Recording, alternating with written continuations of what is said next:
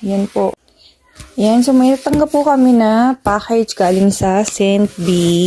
Yan, open natin. Open ko na siya. So, yan, tingnan po natin kung anong meron. So, ito po yan. Meron po silang pa-promo na mga snacks from other countries. So, tingnan po natin kung ano meron. Open po natin ang box. So, ayan. Thank you, Saint P member. Charan! Yan po. Meron silang, ano ba to? Big roll. Yan siya. Hindi ko alam kung ano to.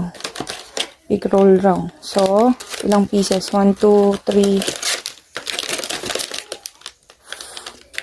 10, 4, 5, 6. Meron 6 pieces. And pagkatapos, may soft dried mango. And then, may big lachao. Hindi ko alam kung ano yun. Tapos, may fine rice vermicelli. Tapos, of course, ang Lucky Me, Painsit Canton ng Pinas.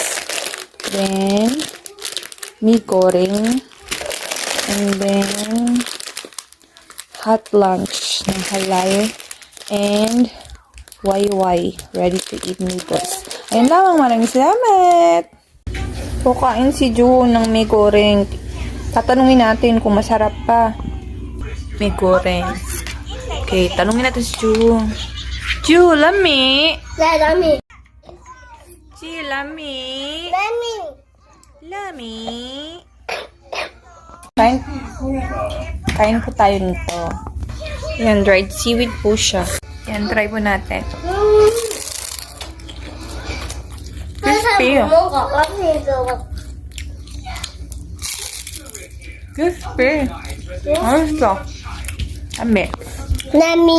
Hindi lami. Da. Ito naman po, try natin. Itong mango. Anjing. Lami. Lami.